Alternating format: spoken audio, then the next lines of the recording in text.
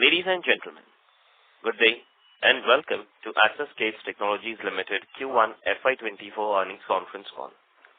As a reminder, all participant lines will be in the listen-only mode, and there will be an opportunity for you to ask questions after the presentation concludes. Should you need assistance during this conference call, please signal an operator by pressing star then 0 on your touchtone phone. Please note that this conference is being recorded. I now hand the conference over to Mr. Shishir Gahoy from AXISCADES Technologies Limited. Thank you, and over to you, sir. Thank you very much. Good evening, everyone, and I am delighted to welcome you all to this earnings call for the first quarter ended June 30, 2023. I hope you all had an opportunity to review our press release and the investor presentation, which are available under the investor section of our website, and the same are accessible in the BSE and NSE websites. To discuss our results, we have with us our CEO and Managing Director, Mr. Arun Krishnamurthy, Mr. Mujahid Alam, CEO of Mistral, and our Group CFO, Mr. Shashidhar SK. They will take you through our results and business performance, after which we will proceed for question and answer session. Before we begin the conference call, I would like to mention that this conference call may contain some forward-looking statements about the company, which are based on the beliefs, opinions, and expectation of the company as on date of this call. The actual results may differ materially. These statements are not guaranteeing the future performance of the company and involve risks and uncertainties that are difficult to predict. I now hand over the call to our CEO and MD, Mr. Arun Krishnamurthy. Over to you, Arun. Thank you, Shishir. Good evening, everybody. It's always nice to connect with you. I'm really glad to have Sashi, who's our CFO, joining me on the call, as well as Mujahid Alam, who's the CEO of Mistral. We call Mujahid as Muju. This is the first time he's joining our earnings call, and I'm sure you'll enjoy interacting with him. I'm pleased to report that FY24 has begun on the back of a strong performance in Q1, both in terms of revenue and profitability. During the quarter, we initiated new customer relationships, strengthened our business with our existing customers, closed a strategic acquisition, continued to build on our digital competencies, focused on strengthening our balance sheet, and also enhanced our board composition and governance standards. So as you can see, it's been a really busy quarter for us. The company in Q1 FY24 posted consolidated revenue of 214 crores, which grew by 17% from INR 183 crores in Q1 of last year. In US dollar terms, the company recorded a revenue of $26.2 million, growing by 11% from $23.6 million recorded in Q1 of last year. Our EBITDA grew by 45% year-on-year from 23 crores in Q1 of FY23 to 33 crores in Q1 of this year. And our EBITDA margin improved by 300 basis points for the same period from 12.4% to 15.4%. We continue to gain wallet share from existing clients in aerospace and defense. Our new verticals of automotive and energy are gaining traction in their share of total revenue, and the order pipeline across all verticals continues to remain robust, except for heavy engineering, where the current growth remains flat. I'm also happy to inform you that we have signed definitive agreements with Ad Solutions GmbH, Germany. This is a company that specializes in automotive solutions to global OEMs. It provides services in the areas of wiring systems, software testing, and automation. This acquisition will provide a strategic foothold to us in the automotive space with significant offshoring opportunities, besides getting us access to automotive contracts with marquee global automotive OEMs. This will also get us a foothold in Germany, which, as you know, is one of the biggest automotive markets. The acquisitions of Ad Solutions will further enhance our automotive capabilities. The acquisition is expected to close shortly, and we hope to consolidate revenues for this business from September 2023 onwards. I'm also glad to report that our nascent verticals, automotive and energy segments, are scaling up well. Their combined share of revenue in Q1 FY23 was 8.4%, which grew from 5.4% in the same period of previous year. That is Q1 of FY24. Revenue from automotive vertical doubled, while the energy vertical grew by 25%. Going forward, automotive and energy will constitute significant portions of our revenue. Our aerospace business has continued its growth momentum and grew by 29% year-on-year. Revenue contribution from this vertical now stands at 30%. It's the highest in the last 8 quarters. As mentioned in our previous earnings call, we have started executing the enlarged scope of business with our strategic customer, and we are witnessing good momentum in this sector. The heavy engineering business slightly declined during the quarter due to lower offtake and deferred client projects. We are exploring opportunities in digital and analytics in this sector and are hopeful that FY24 will be a growth year for the company in this vertical, considering the new initiatives we have launched in this segment.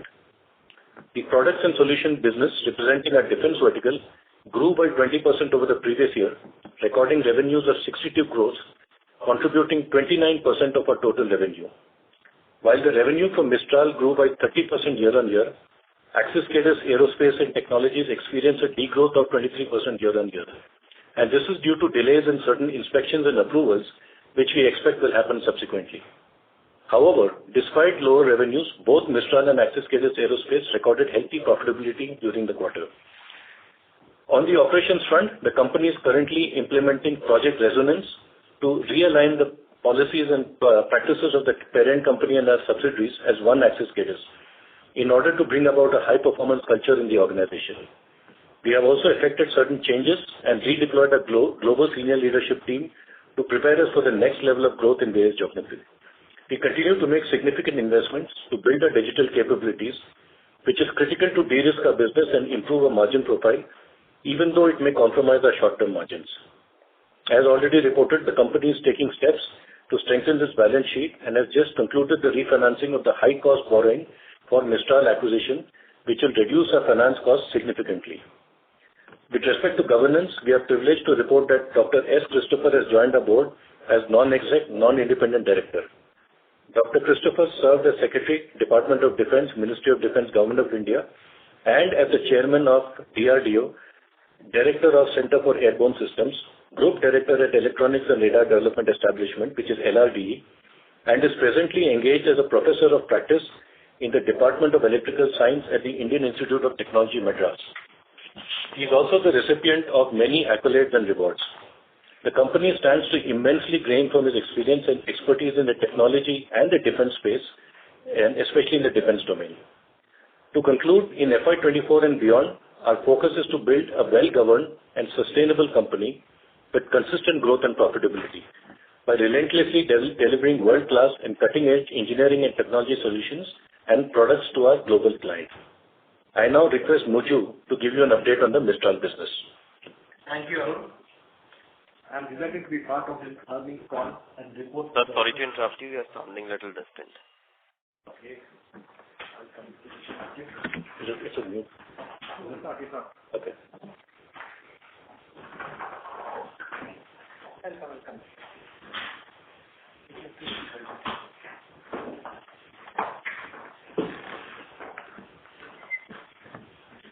Hi, I'm audible now? Yes. Is this clear? Okay.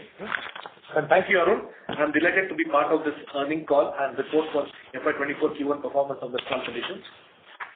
It has been approximately 6 months since Mistral became a wholly owned subsidiary of AXISCADES, and we are pleased to state that we are perfectly aligned with the group's objectives. We are working together to be part of the growth story of AXISCADES. As you all know, Mistral is a cutting-edge technology design and system engineering company delivering technology solutions in product engineering space, aerospace, defense, and homeland security, with marquee clients including Ministry of Defense, DRDO, Defense PSUs. With a legacy of delivering technology solutions for its customers for more than 25 years, Mistral sees exciting opportunities in both ES and defense verticals in the coming years. We believe that Mistral and AXISCADES are perfectly positioned to leverage and synergize each other's capabilities to deliver quantum value to our customers, investors, and stakeholders. In the year FY23, Mistral recorded a strong revenue growth of 14%, with revenues reaching 275 crores.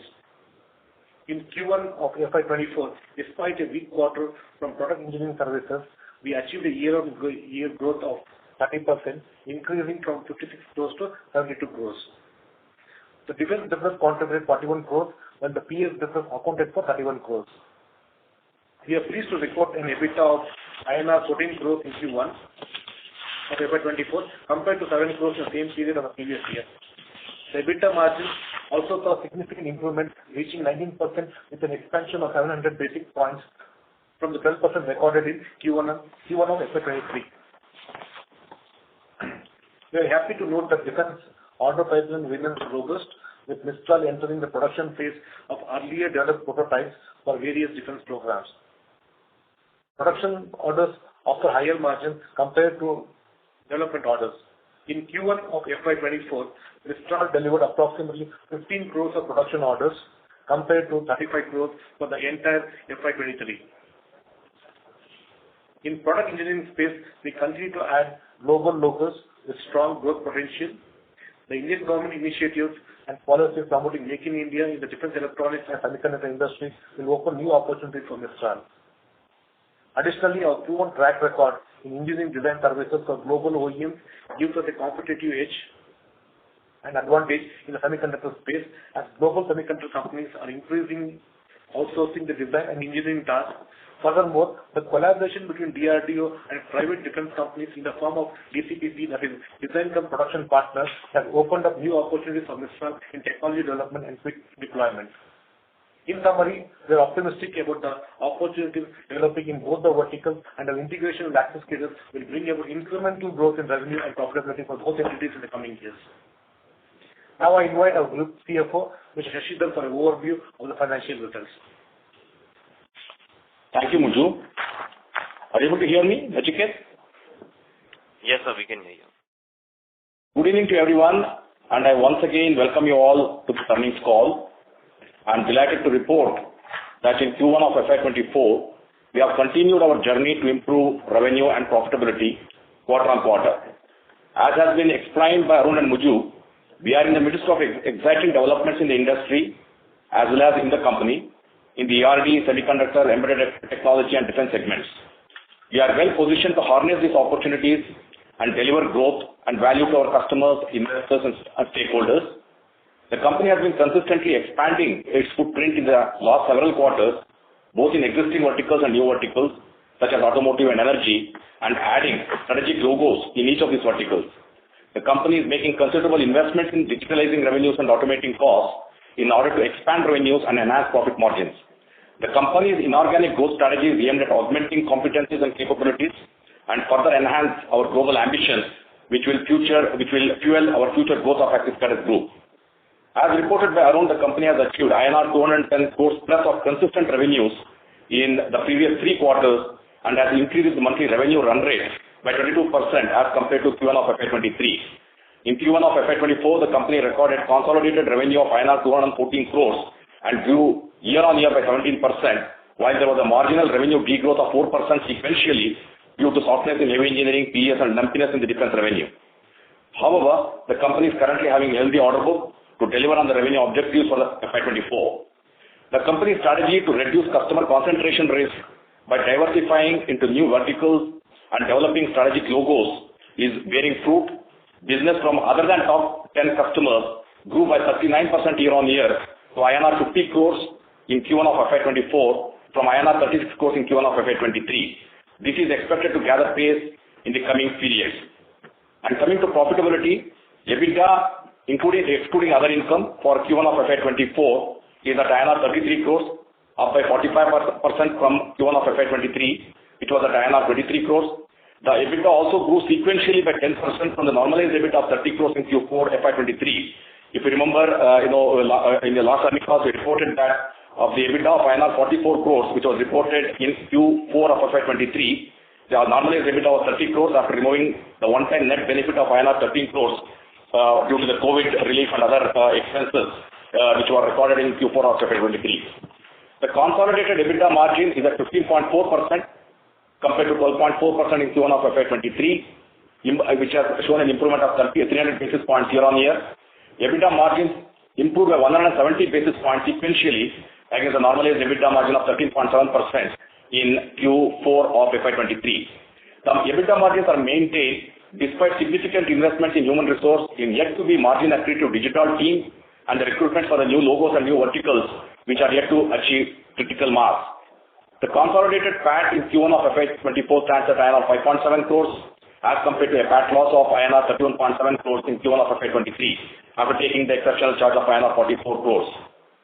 The employee cost of in Q1 of FY24 at INR 109 crores has gone up by INR 2.4 crores only, just about by 2% quarter on quarter, against the normalized employee cost of INR 106 crores in Q4 of FY23. The reported employee cost of INR 85 crores should be adjusted for the one-time COVID grant payroll, COVID grant from in Axis King of an amount of INR 21 crores, which has been set off from the payroll in Q4 of FY23.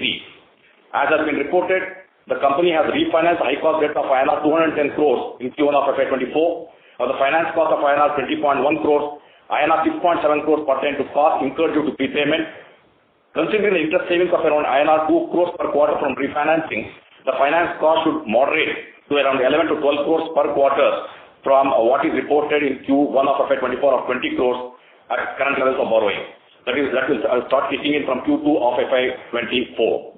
The company has a strong balance sheet with net worth standing at INR 326 crores at a consolidated level, with sufficient cash generation happening at consolidated levels to comfortably service our debt obligations and generate free cash flows.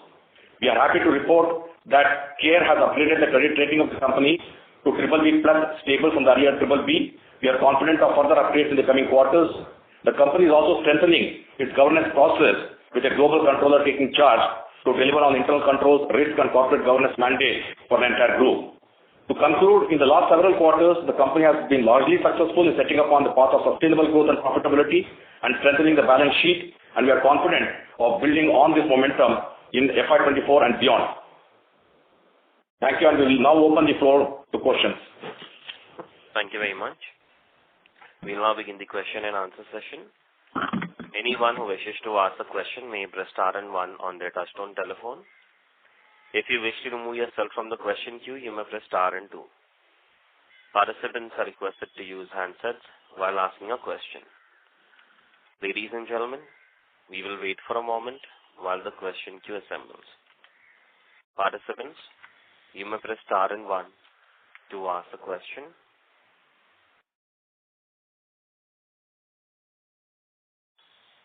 Ladies and gentlemen, you may press star and 1 to ask a question. The first question is from the line of Jeevan Patwa from Sir Capital. Please go ahead. Yeah, so this question is for Mujju, actually, for Mistral. So if you can just give us some overview on the semiconductor business, how the semiconductor business is shaping up and what are the future opportunities you see in the semiconductor business. That's first. Second question is on the defense side. So last year we did 35 crore of production revenue. So how much you think we can do production revenue this year and the next year, FY24 and next year, FY25? Well, to answer your second question first, in terms of production revenues, the production revenues are in upstream. So Q1 we have done 15 CR and you will see continuous growth in the next few quarters, and I expect this to continue growing in the next 1 year to 2 years. Any numbers you would want to share? I think we should avoid specific guidance in terms of numbers. But essentially, what Mujju is very clear about is that quarter on quarter, if you look at Q1 of this year, the production revenues were 15 crore, and the run rate with respect to the quarter on quarter will only increase is what perhaps the guidance you can give. Perfect. No, I can assure you that it will be a continuous growth in production revenues moving forward. Perfect. And on the semiconductor side? Semiconductor business, yes, we have seen a little bit of slowdown in Q1. We hope that we will catch up by Q3 and Q4. Things are changing, and at the same time, with the Government of India initiative of promoting electronics manufacturing locally here and setting up of semiconductor facilities locally in India, we see this opportunity for us will increase. And we already have marquee clients in terms of TI, Analog Devices, NVIDIA, whom we work with on semiconductor business. So this will only grow moving forward. Okay, perfect. And if I have to compare the capabilities, Mistral capability, defense capability, radar capabilities, I would say specifically, Okay. with data patterns. Uh-huh. How do you put yourself with the data pattern? Do you have the similar capabilities as data patterns? Because Well, see, if you look at data pattern Mistral, in terms of capabilities, we are very much similar. The only thing which data pattern has probably have their own manufacturing facility, which we do not have. And the reason behind this, we believe that today manufacturing is a commodity kind of item. And if we invest on a manufacturing facility, we will be sticking to the same facility without any upgrades because the ROI is much longer. So here, if I have a choice, I can go and get it manufactured anywhere across the globe or within the country, with the best of facilities available at my disposal. And while we focus on building IPs and owning IPs at Mistral. Perfect. That's it. Thanks a lot. Thank you so much. Thank you. Next question is from the line of Inder Soni from Rohan Tunis Goldfrapp. Please go ahead. So, hi Arun, congratulations on a great set of results. So this is a big picture question. In your previous jobs, you've done a great job of taking existing logos and growing them into big businesses. So if you think about your current company, you have some of the biggest clients in the world, both overseas and in India, but the revenue from each of these clients is still quite small compared to the capabilities. So what are you doing? What processes are you putting in place so that over the next 1, 3, 5 years, we can really grow the revenue significantly? Hi, Inder. It's nice to speak to you again. Great question. So I would say that, like you said, our focus is twofold. One is, of course, we have some very good marquee logos, and the attempt is for us to expand the revenue margins with these clients. So what we're doing is that if you look at the aerospace client that we work with and the heavy engineering client, our focus is to move beyond traditional mechanical engineering, which has been our bread and butter, and that's where most of our revenues come from currently, is to move more into the digital and into the embedded space. So as we speak, and this is something that we've been doing over the last 2 quarters, since we completed the acquisition of Mistral, is that we put in very aggressive plans to take our embedded capabilities, all the good stuff that we do in the defense business as well as in the PES business, to the aerospace and to the heavy engineering clients. And we are doing this by setting up workshops with these clients. We are having senior leaders from Mistral traveling and meeting some of these AXISCADES customers. The good news is that we have a supplier code with these clients, so it's easy for us to cross-sell some of these capabilities and grow that. And we are very optimistic that, we will see good progress on that because we are seeing very good uptake from clients. And as you know, in the industry, the mind share is in digital.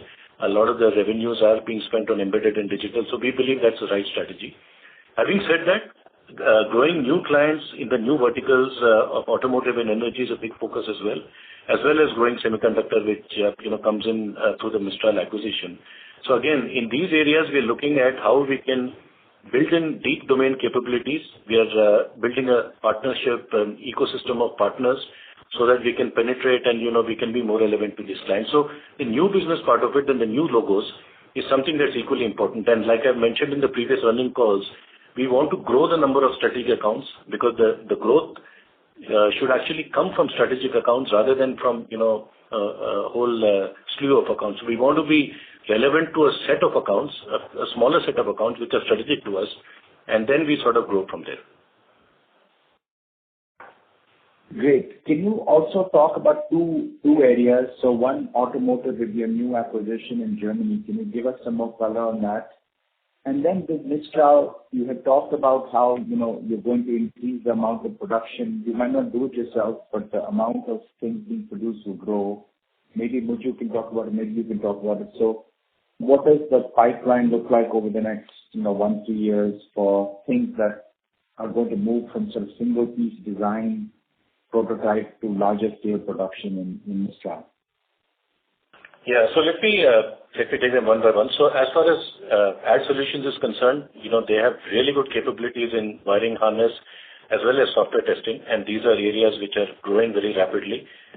They work with the world's largest R&D automotive player, And we see opportunities twofold. One is that the work that they do with this client, we are very confident that we can offshore some of this and therefore grow the pie. The second thing is, as you're aware, we have a new relationship with a lot of other automotive OEMs.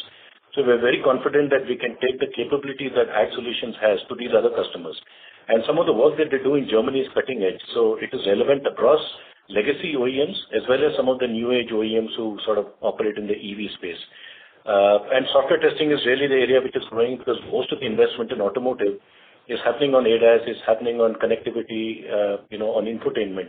And this is squarely where Ag Solutions has all their strength. So we're very positive that, we will be able to, do a lot in terms of taking these capabilities global. As far as Mistral is concerned, I'll probably just start off and then leave it to Muju to continue. But as you know, in defense, the life cycle is that we start with, what are called design wins. So we win an order, we do a lot of R&D, we do the certification, and then the production starts. And clearly, when we do the R&D, that's when we need to invest. That's when the margins are a little bit lower. Then we get into a certification period which can span 1 to 2 years. And once the certification happens, the lab or the government, they assign a part number to us, which is something that only we can provide. And once that is done, then the production starts and the margins are really, much more lucrative when it comes to production.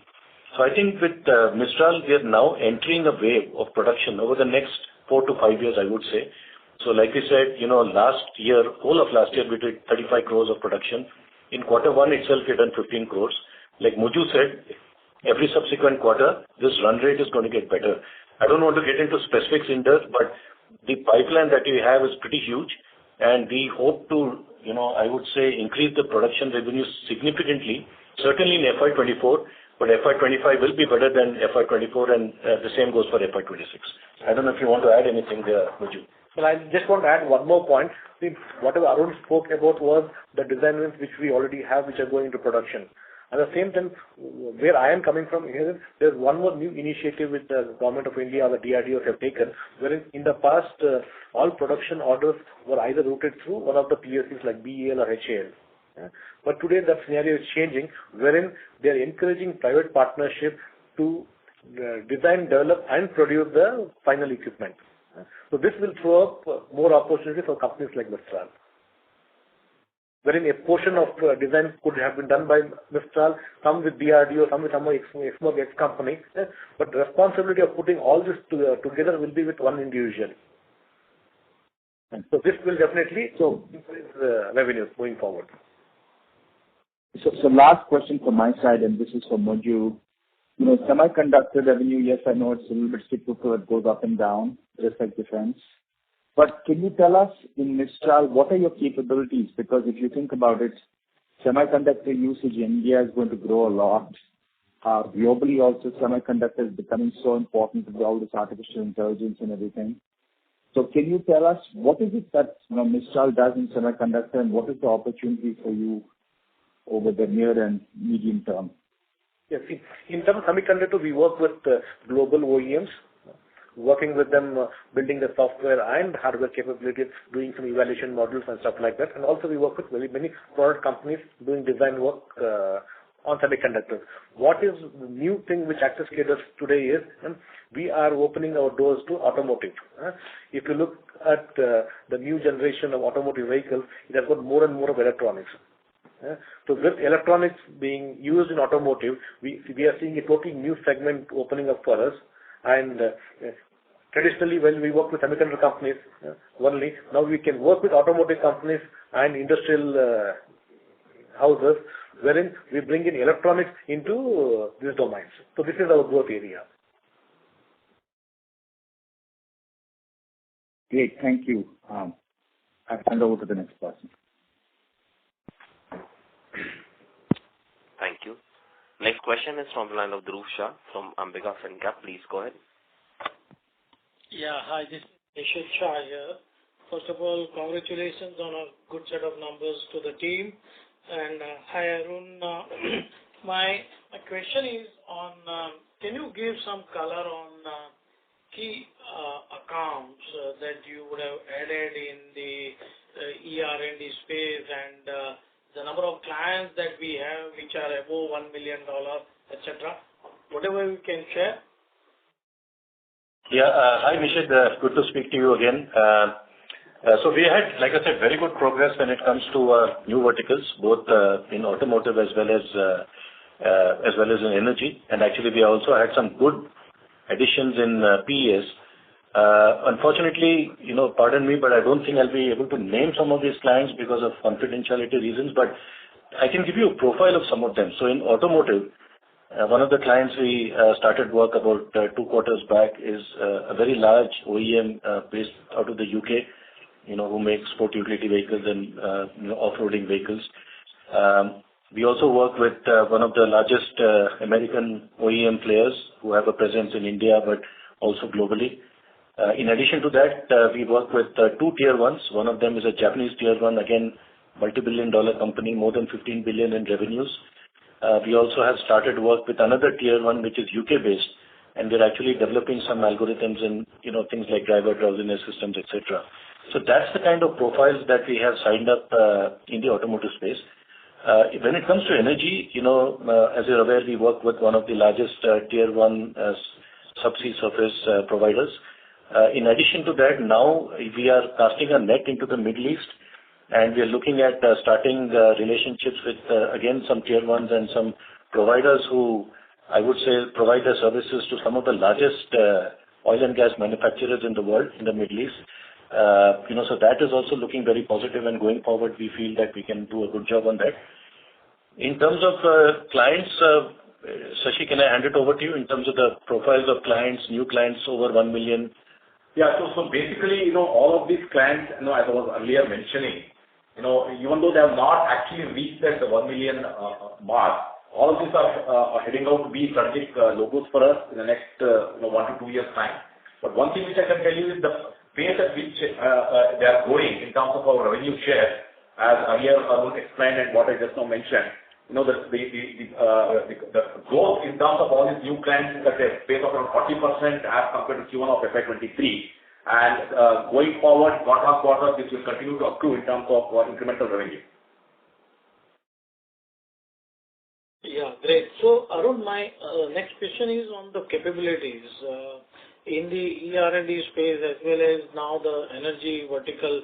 Are we growing the capabilities? Are we hiring the industry specialist people? I mean, can you give some color on that area? Yeah, absolutely. So actually, if you look at each vertical, and I can probably just give you a little bit of an extended answer. If you look at aerospace, for example, traditionally we've been very strong in the mechanical engineering, structural engineering part. But our focus now is we are looking at digital, we are looking at avionics, and again, we do a lot of avionics in the defense space. So we're looking at how we can get avionics into the commercial space. So that's an area of focus for us. In addition to this, we are looking at manufacturing engineering. So we have now started some work which we traditionally used to do in heavy engineering, but now that has started in aerospace. So we're looking at avionics, we're looking at digital, and we're looking at manufacturing engineering, and we have built out capabilities, we are hiring people. In some cases, we are cross-leveraging capabilities from AXISCADES Aerospace as well as Mistral from the defense space. If you look at transportation, and here I would say automotive and heavy engineering is similar to an extent, but the focus for us is that since we are starting these as new verticals, we want to focus on the embedded and the software part, because clearly, a lot of the mechanical engineering part is quite commoditized, and the rates are obviously also much better when it comes to digital and embedded. So we are very keen on developing in automotive, for example, AutoSAR capabilities. We're looking at software testing. We're looking at HMI testing. We're looking at, getting into the whole connectivity aspects of it. So these are the areas that we're looking at. We have also started some digital projects which are clients, both in the supply chain area as well as in inventory management. And again, because of the fact that both these industries have been exposed to some of the cyclical aspects of semiconductor chip shortage, etc., in addition to, of course, upgrading their vehicles with electronics, they're also looking at the entire ecosystem in terms of how they can digitize their supply chain, how they can make provision of these much more predictable. So there's a lot of investment going there. So we're looking at the sales management of it, the inventory management, and the supply chain, and we're looking at digital solutions for this. If you look at energy, it's a very asset-heavy industry. So the focus that we have is, of course, we're looking at the mechanical aspects of it. We're also looking at, especially with climate control, a lot of the large refineries need to build out carbon capture, sulfur capture plants. And there's a big investment going into that. And there's a lot of construction, there's a lot of project management. So we're looking at that particular aspect of energy. In addition to that, because it's very asset intensive, one is, we're also looking at things like predictive maintenance strategies, because all these assets need to function, they need to be maintained, it needs to be done in an optimal way so that, the budget is sort of managed. So that's where we are focusing as far as energy is concerned. And like I said, on energy, we're looking at tying up some very good partnerships in the industry, but of course, we're also hiring some people on our own. When it comes to PES and the semiconductor business, again, we have signed up some, I would say, 2 logos which are very, very marquee logos. One of them is a client who, doesn't like to be named at all, but we have started some work with them, and we are very, very confident that they are investing a lot in India, and they're also looking at the wearable space in a significant way. And obviously, there's going to be a big semiconductor play out there. So that's one area. And then we're also looking at automotive. Like Muju said, there's a huge play for the PES business in automotive. And I think there are 2 or 3 new logos that we signed this quarter itself. They're still small engagements, but we want to sort of have the convergence of automotive and PES so that we can grow that. So in summary, this is where we are sort of looking at niches. Each vertical we are looking at specific capabilities as well as hiring, some senior leadership talent. And as we progress the company, maybe when we get into FY25, etc., we will then look at reorganizing ourselves along BUs, where we can have a vertical strategy. We still feel that, at the current levels is probably suboptimal, because when you move into verticals, you need separate cost structures, you need separate functions, etc. But we believe that with the current growth rate that we have, we are well poised to maybe enter next financial year, look at a vertical-based structure, which will bring in much more focus and depth into each vertical that we want to grow. Great. Thank you for a very detailed explanation. And once again, a very smart acquisition, that Ad Solutions. And can you give some color on the number of clients that Ad Solutions would be having without naming the clients? And how is that going to help you in penetrating into the larger auto giants? Sure, Nishit. So if you look at Ad Solutions, they have one big client. So I would say a substantial portion of their revenues with that one big client. And that's the reason we're interested, because, there's certainty of revenue. So the things with acquisitions is sometimes you can make a great acquisition on capability, but then if contracts run out, then, you sort of have to scramble around for new business. So the good thing about Ad Solutions is that they have a long-standing relationship with one big client, and they have contracts. So we have good revenue predictability for the next 2 financial years, because the contracts run into that. Having said that, beyond this, they have supplier codes with 10 other big automotive as well as tier 1 companies in Germany. And the thing with automotive in Germany is that it's virtually impossible to get a new supplier code. The only way to get in is to make an acquisition. So we are very confident that through this, and given the presence that Ad Solution has a legal presence, a supplier code, we will be able to take, put in a sales effort, build out capability, be more aggressive, and sort of grow the business with the other clients as well. Thank you. Sorry to interrupt you, Nishit. I'll request you to join the queue again for a follow-up question. A request to all the participants, please restrict to 2 questions per participant. If time permits, please come back in the question queue for a follow-up question. Next question is from the line of Arun from Shubhlab Research. Please go ahead. Yeah. Am I audible? Yes, you are. Yeah. Thanks for the opportunity, sir. And congratulations for the good set of numbers. So my question is with regard to the order pipeline, that earlier we faced the issues of the smaller orders, and the duration of that was also not that much. So if you can show some color on that order pipeline, the size and the average duration, that will be quite helpful. Okay. So I can probably give you some qualitative feel, Arun, in terms of our order pipeline. So obviously we have taken a certain target for the year, and like I said in the past, we're looking at industry-leading growth. I would say that when we started the year, as far as our annual business plan was concerned, we had factored in about 30% of new business. Now I'm glad to say that after quarter 1, the new business that we need to win in order to achieve the pipeline is about, to achieve our business plan is about 18%. So I can just give you that. I don't want to get into too many specifics because obviously this is confidential information, but the focus for us is to look at, project-based business. We are not very keen on staffing business. Unless staffing is an entry point into a strategic customer, then we'll start that way. But we are very keen on making sure that we get larger contracts, we have more project-based business because that is a sustainable level to grow. So I think sitting at where we are, I would say that, to achieve our business plan, we need to get about 18% of new business. And actually, as far as defense is concerned, I would say that most of the order pipeline is already in the bag. So, with defense, like we had talked in the past, again, there is some lumpiness because there is a lot of dependence on inspections happening on time, certifications happening on time. But as far as the pipeline and the order book is concerned, that is all there.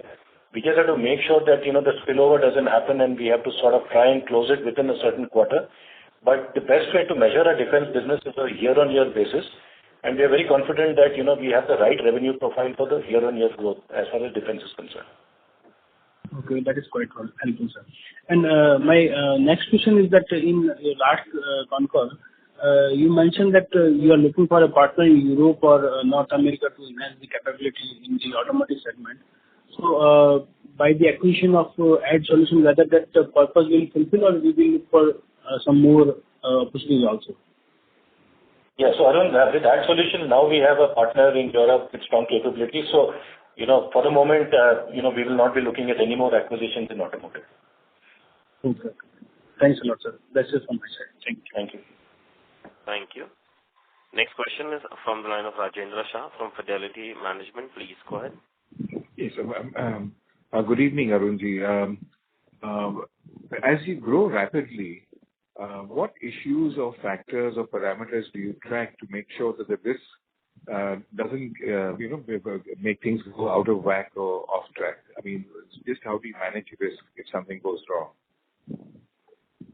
Yeah, Rajendra, thanks a lot for your question. So I would say that one is, of course, the macroeconomic situation. We are still not completely back to normal. I would say there is still some unpredictability. Certainly when it comes to our PES business, what has happened with the semiconductor industry is that, with COVID, there's a huge shortage of chips and kits. And soon after that, a lot of people overstock. And some of the production softness we are seeing is because, they're waiting for that inventory to run out. So I think that is certainly something we need to keep an eye on. Secondly, on heavy engineering as well, now we are starting to see, the demand coming back in. So I would say one risk for us is obviously to keep an eye on macroeconomic factors, especially some of the verticals that we are placed in. So for example, aerospace now is extremely robust, but 3 years back I would have said that was a big risk for us, especially going through COVID. So one is that. The second I would say is that, availability of talent is always something that is important for us. We are a services company, and of course the defense part, because it is a lot of it now will be production based, our reliance on resources and people will be a little bit less as compared to when we're in the R&D phase. But when it comes to the rest of the verticals, all the non-defense commercial verticals, availability of people and the ability to ramp them up quickly, I think that is another aspect that we keep an eye on. Now, I won't say it's a risk in the sense that I think things have got better. It was a very tight situation 6 months back. It is still not completely eased out, but I would say it's better now than it was some time back. And the third aspect I would say is, for a lot of our clients, availability of material and supply chain is a concern. In certain cases, like for example, aerospace, there's a lot of dependence on certain raw materials and rare earths coming from Russia, from Ukraine, and obviously the crisis out there has implications of that. Similarly, when it comes to energy, especially in Europe, they went through a period where there was a bit of energy crisis, but now it looks like the situation wasn't as bad as what it could have been. So, some of the inventory, some of the supply chain aspect is something that we need to keep an eye on, and that could be a potential risk. And, again, when we talk of softness in PES, it is typically a supply chain kind of issue. And again, when it comes to defense as well, we are very, very dependent on components and we are dependent on our suppliers. So to be able to stock our inventory in time to make sure that we don't have obsolescence, that is the other risk that we need to keep an eye on. So these are the 3 or 4 things that we constantly monitor. Thank you. Thank you. Thank you. Next question is from the line of Nirali Gopani from Unique PMS. Please go ahead. Yeah, hi, sir. Thank you for the opportunity. So my first question Nirali, the audio is is not coming clear. Can you please speak through the handset? it better now? Yes. Sir, so my first question is from the presentation on slide 10, where under aerospace we mentioned about synergies between AXISCADES and Mistral and the progress on supporting Indian defense project on mechanical side. So if you could just highlight on this point.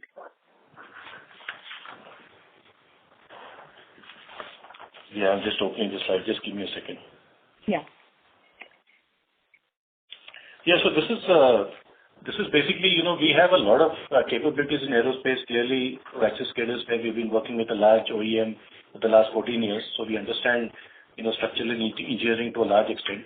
And of course, through both Mistral and actually even through AXISCADES Aerospace, there's a lot of work we do on avionics, test benches, etc. So we are looking at, how we can synergize both of these. So, there's obviously a lot of defense opportunities that we want to address, both in India as well as overseas. So we are bringing together the structural aspects. In some cases, in Indian defense, we don't work on the structures aspect. So we're looking at how we can leverage the AXISCADES capabilities. In other cases, like I mentioned, when it comes to global OEMs, we are looking at leveraging Mistral's avionics and radar capabilities to take it to commercial.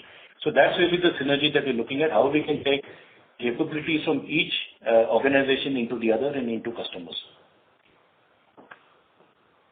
Right. And you also briefly touched about the new business wins.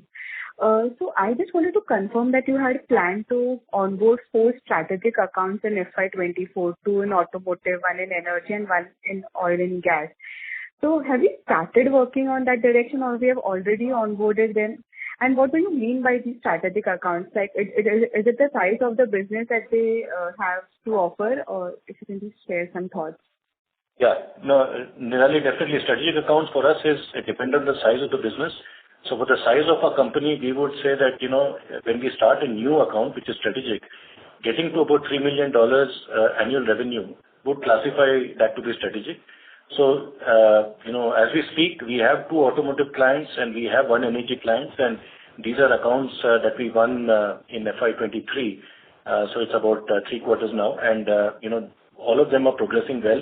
I would say headcount-wise, the largest would be somewhere in the 75 to 80 headcount region. The smallest one is about 20-25. So we are well on track of sort of growing this to be strategic, and we hope to sort of get them to that 3 million mark as much as possible. And so lastly, we had a strategic alliance with CONCAL Industries. So any update on that part? Yeah, so the objective of tying up with CONCAL Industries was that they have very good manufacturing capabilities. And we have seen that obviously there's a lot of manufacturing, definitely in aerospace, heavy engineering, etc., that's coming to India. And given the fact that we have relationships with these customers and OEMs, this was our way of trying to get a foothold in the manufacturing space where we could possibly look at some manufacturing coming to India, where we could program manage it, where we could do the engineering aspect of it. So that's the objective of the relationship. So as we speak, we are obviously socializing this with our clients, and the attempt is to try and see how we can get some of this to India. Having said that, these are long cycle things. It's easier to get services, but getting manufacturing of a component or a part to India takes much longer. But, we are in a phase where we are sort of talking about these capabilities and trying to build out a couple of pilot customers and, sort of grow it from there. Great. That's it from my side. Thank you. Thank you. Thank you. Requesting participants to restrict to 2 questions per participant. Next question is from the line of Deepak Poddar from Sapphire Capital. Please go ahead. Yeah, thank you very much, sir, for the opportunity. So just wanted to understand first on the interest cost. Is there any, the refinancing that we have done this quarter, so any additional cost that has come in this quarter, and what would be going forward interest cost? So, as I mentioned earlier, the total finance cost for the quarter is around 20 crores, of which around 7 crores is the one-time, or I would say the cost which you had to incur to prepay the borrowing from Anicut Capital, which was the earlier lender. Now, going forward, the per quarter interest cost or the finance cost will be moderating to around 11 to 12 crores per quarter. 11 to 12 crores of interest cost going forward, right? Correct.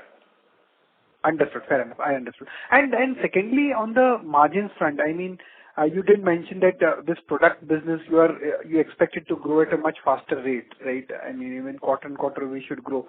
So I presume that would, attract a better margin as compared to the margins that we would be clocking at the company level, right?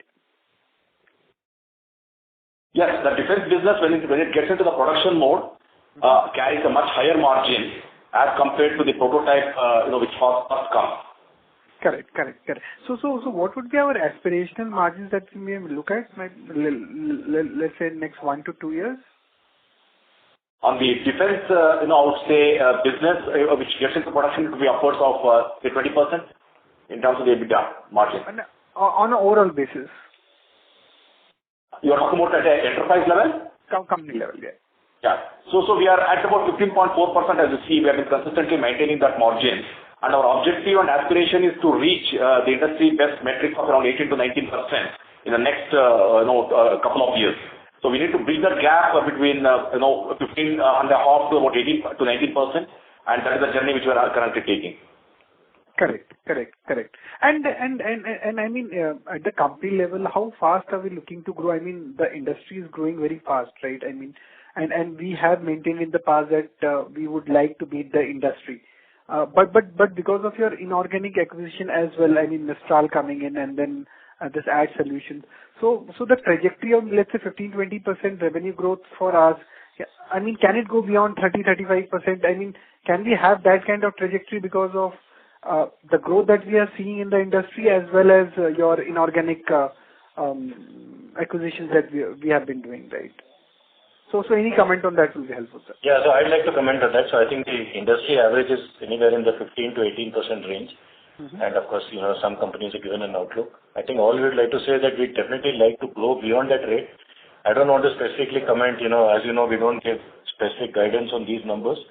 But of course, the objective of making these acquisitions, and, we call it a string of pearl strategy. So we are not making acquisitions for the purpose of, just for aggregating the top line. The reason is that we want to acquire specific capability which we can then organically take to our customers. So it is for us a long-term game. We believe that, with these acquisitions, of course, there will be short-term benefits when you consolidate revenues into the enterprise. But longer term, these capabilities are bets that we place in the industry. These are specific areas we believe will grow faster than other areas. So that will then put us into more industry-leading, position. So I don't want to comment on specific percentages, but we believe we are in the right direction with some of these capabilities that we are acquiring. Correct. Yep. I think that's very helpful, sir. I think, that answers all my queries, and all the very best. Thank you so much. Thank you. Thank you. Next question is from the line of Samyak Shah from the Nero Capsule. Please go ahead. Hello. Am I audible? Yes, we can hear you. Hi, sir. Thanks for the opportunity. So my first question was on ER&D. So I wanted to know what is the share of mechanical engineering, embedded and digital within our ER&D portfolio, and the margin profile for each. So what I can tell you is that we don't want to give you specific, slice by slice breakup, but at a company level, about, I would say 30% of our revenues fall into the embedded and digital category, and about 70% into mechanical. And as we speak, of course, we're looking at how we can grow embedded and digital faster than mechanical going forward. Okay. And secondly, this quarter we saw 170 bits expansion in our margin. So what was the reason behind it, and can we sustainably maintain this level in the coming quarters? Yes. You see, in Q1 of FY24, the kind of, I would say, margins as what we got from the defense business was much more than, I would say, as compared to the engineering services business, which was around 12 to 12.5%. And in terms of sustaining these margins, as Mujju said, we are getting into the production cycle in terms of defense, and the BS business is what Mistral has is at a much higher margin level. So we are confident of sustaining these margins. And as I said, our journey is between 15% to 19%, 18 to 19% in the next couple of years, and that's what we are now traversing with. Fine, sir. And just one last question. So when do we expect heavy engineering revenues to pick up from here? So we are putting in plans to sort of recover this in FY24 itself, so in this financial year. So yeah, that's our outlook. And so any plans for QIP? Not at the moment, no. Okay. Thanks a lot. I'll get back in the queue. Thank you. Thank you. Next follow-up question is from the line of Nishit Shah from Ambika Fincap. Please go ahead. Yeah, thanks for taking my question. My question is to Muju. We have a lot of defense orders. We've been working in various fields like in radars as well as in sonar. Can you give some color that these orders are spread over how many years, and what are the new areas that Mistral is working on, and what is the kind of potential that we are looking at? In terms of radar technology, if you look at any radar which is manufactured or which is in the design phase in the country today, has something of Mistral in it. So we have about 7 or 8 different radar programs running in the country, and every radar program has something of Mistral which has gone into it. And similarly, sonar programs are done by for the Indian Navy. Most of the sonar programs have our front-end processing boards, real processing systems. So we have a lot of electronics in every sonar product which is developed in India. And in terms of new areas, yes, we have a lot of things in terms of electronics which have gone into LTA and 230 upgrade program. These will see traction in about 2 years from now. 230 upgrades will happen. As you know, the LTA program is already in manufacturing stage. Yeah. So on the drones, I thought we were working on it. Can you give some color on that? Yes, we are doing some drones. Right now we are in field trials. I am expecting the field trials to be completed by the end of the year. And next year we should have a product ready with us. Thank you. All the best. Thank you. Thank you.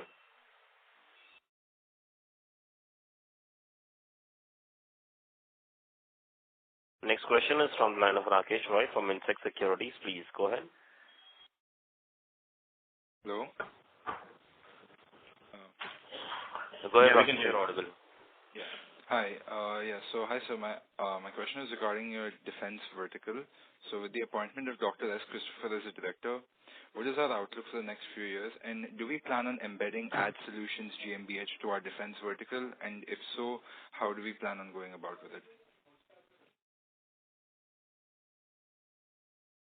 So let me take that question. So as you know, Dr. Christopher is renowned in the field of defense. He was the ex-chairman of DRDO. We felt that given that defense is so strategic to us, and of course the market is big and our capabilities are very differentiated, we're seeing a lot of interest from our customers, and we see, like I said, production ramping up. So we felt this was the right time to induct somebody on our board who could sort of guide us and give us, more advice, who could give us suggestions on the defense business. And this is just a reflection of the fact that for us, defense is so important that we wanted to bring in somebody from the board. As far as Ad Solutions is concerned, that's at the moment a purely automotive play.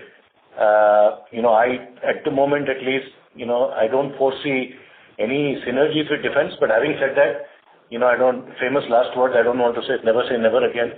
If opportunities do arise, we will certainly look at it. But in the near term, at least, I don't foresee, Ad Solutions having a play in the defense sector. Thank you. Thank you. Next question is from the line of Saurabh Sadhwani from Circle Capital. Please go ahead. Yes. Hello. Can you just tell us about the competitive landscape for the work that Ad Solutions does? Yeah, so it's typically, if you look at global companies, it's companies like Fershau, it's companies like Bertrand. If you look at Indian companies, KPIT obviously has a play in that sector. I would think maybe even LTTS has a play. So these are the kind of companies. So any engineering services company who has a presence in the automotive sector, who sort of does work on mechanical as well as embedded and software, would be players who would compete. But having said that, I would again want to stress on the fact that Ag Solutions has been working with this client for many years, like the way we have been working with our aerospace and heavy engineering clients. They have very, very solid relationships, and they have carved a niche for themselves. They have very impressive labs in their offices in Wolfsburg, where parts of the automotive actually come in, and where a lot of the testing, the software testing, the HMI testing is done. So I would think that what they do for some of those platforms is very unique. And given that it is very difficult, like you said, it's virtually impossible to get a supplier code. It would be very difficult to get into those clients for other peers, right? Yeah, absolutely. I think because these German OEMs already have a rich ecosystem of partners. The only way for a new company to get in is through an alliance or through an acquisition, and that has been our strategy to add. And I think some other companies have done the same as well, as you're aware. Okay. Thank you. That answers my question. Thank you. Next question is from the line of Rajendra Shah from Fidelity Management. Please go ahead. Given the rapid growth that you're projecting, what would be the capital requirement, and when would you need to raise capital? You see, the thing is, at the moment, in terms of the debt which you have raised, obviously has taken care of, the acquisition as what transpired in 2023. But the company is generating, at an enterprise level, at a consolidated level, sufficient free cash flows which will comfortably service this debt, as well as leave money on the table in terms of the capex, plan as we have. The capex is not really, that significant and that large for us to look at capital raise only for that purpose. But definitely, capital raise will help in terms of reducing the debt burden and the interest burden. We can obviously feed back into the free cash flows. So, would you consider raising money next financial year?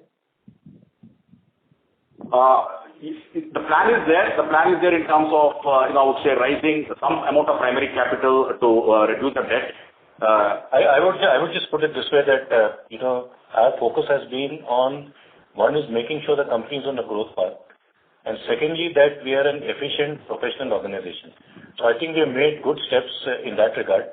So we want to get to a point, Rajendra, where we are sort of generating cash. We have a good pipeline. We have good growth prospects.